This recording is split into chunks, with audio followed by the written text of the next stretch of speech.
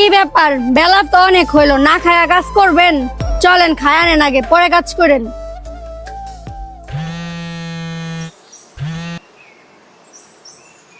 কিরে আপা, তোর কত করে বললাম একটা বাইক কিনবো, 20,000 টাকা দিলাম, তুই কোনো গুরুত্ব দিতেছ না।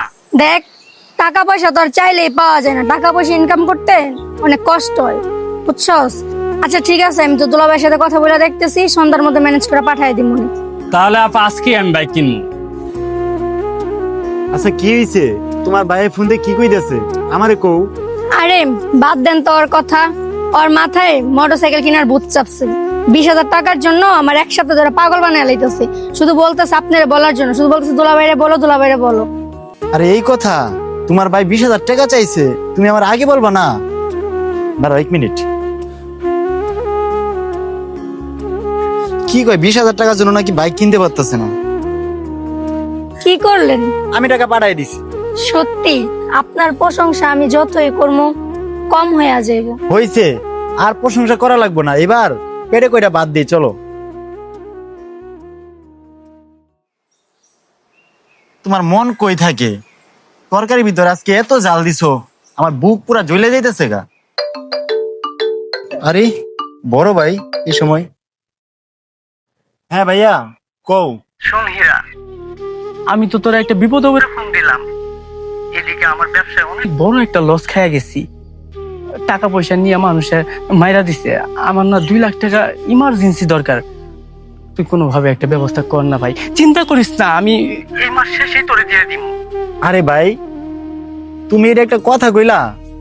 তুমি হইলা আমার মারপেটের ভাই, আর তুমি আজকে বিপদে পড়ছো, এমন ভাবে কর কি আছে?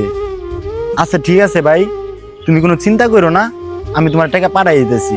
আর তাছাড়া ছোট থেকে তুমি আমারে কত কষ্ট করে লালন পালন করে মানুষ করছো, আজকে আমি এই জায়গায় আইছি একমাত্র তোমারই অবদান।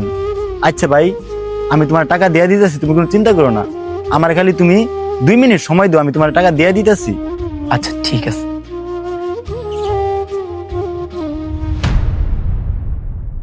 কি হইলো এটা? আপনার ভাই ফোন দিয়ে টাকা চাইলো আর আপনি টাকা দিয়ে দিতে রাজি হয়ে গেলেন? টাকা কি গাছের পাতা নাকি? হোক সে আপনার মারপেটের ভাই, তাই 2 লাখ টাকা চাইছে, চাইতে দিয়ে দিতে হইব? খবরদার একটা টাকাও দিবেন না। শোনো, তোমার এই প্রত্যেকটা কথার জবাব আমি চাইলে এক্ষুনি দিতে পারি, কিন্তু আমি দিব না, একটু সময় নিতে চাই। আর তাছাড়া টাকা ইনকাম করে আমি কষ্ট কইরা, আমি আমার টাকা আমি আমার বাইরে দিমু না কারে দিমু সেই কৈফিয়ত কিন্তু আমি তোমার কাছে দিমু। আমার যা করতে মন চায় আমি তাই করবো। আর আমার আপন মারপেটের বড় ভাই, টাকা তো আমি তারে দিমুই। আপনার যা ইচ্ছা আপনি তাই করেন।